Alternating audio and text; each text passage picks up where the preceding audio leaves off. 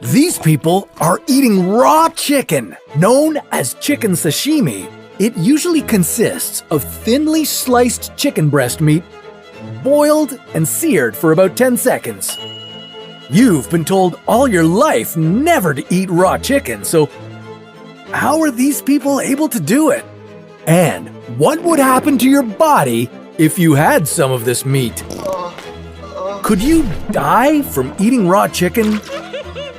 On today's episode, we're going to find out.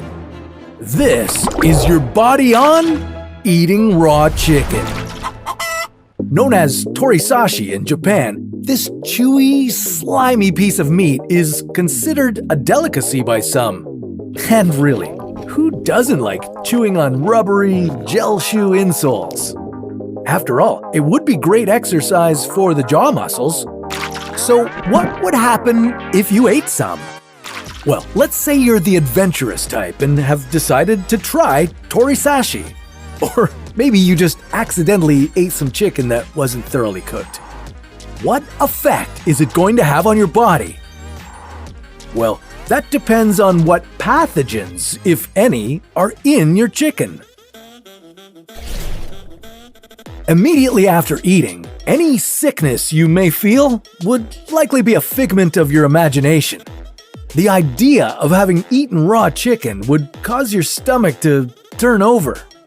Of course, if you actually chose to eat raw chicken, you may just be feeling sated and satisfied.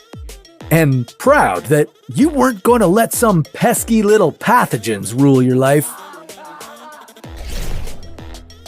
However, by hour 6, you may start feeling the first symptoms of salmonellosis.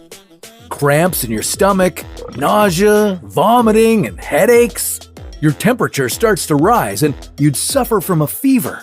And you'd best stay close to the toilet as diarrhea will have you heading there in no time. It might even be bloody. It feels like I'm dying. By hour 8, you'll still be sitting on the toilet. You might even have severe abdominal cramps. That's because salmonella isn't the only pathogen you have to worry about. In this case, you're suffering from Clostridium perfringens. Although this pathogen usually appears in cooked meat that is kept warm for a long time, it can also be found in raw chicken.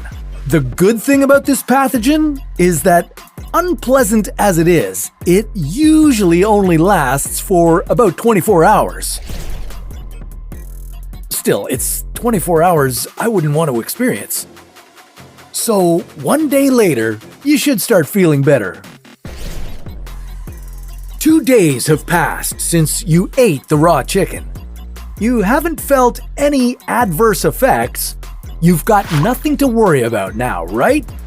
After all, if you were going to get sick, it would have happened by now. Well, not if the chicken was infected with Campylobacteriosis. If you have a Campylobacter infection, you won't start feeling the fever, cramps, nausea, vomiting, and diarrhea until 2 to 5 days after eating raw chicken. The diarrhea could be so bad and bloody that you might even suffer from dehydration as well. Okay, 4 days have passed now since you munched down on that chicken sashimi. If you were suffering from salmonella, you should start feeling better. Your temperature should be back to normal by now, and the cramps, headaches, and vomiting should be just about done. Ooh, finally. But maybe you're one of the lucky ones. It's now 6 days later and still no effects. Not like those suckers who've been vomiting all week. Oh no, where's the toilet? Salmonella can be tricky. Although it typically appears soon after ingestion, it can sometimes lay dormant for a while and not show its ugly side effects for as long as 6 days.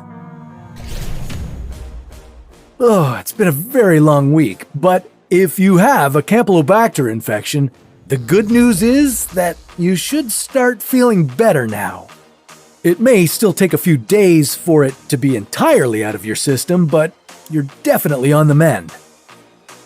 Thankfully, most people don't suffer from long-term health problems caused by food poisoning.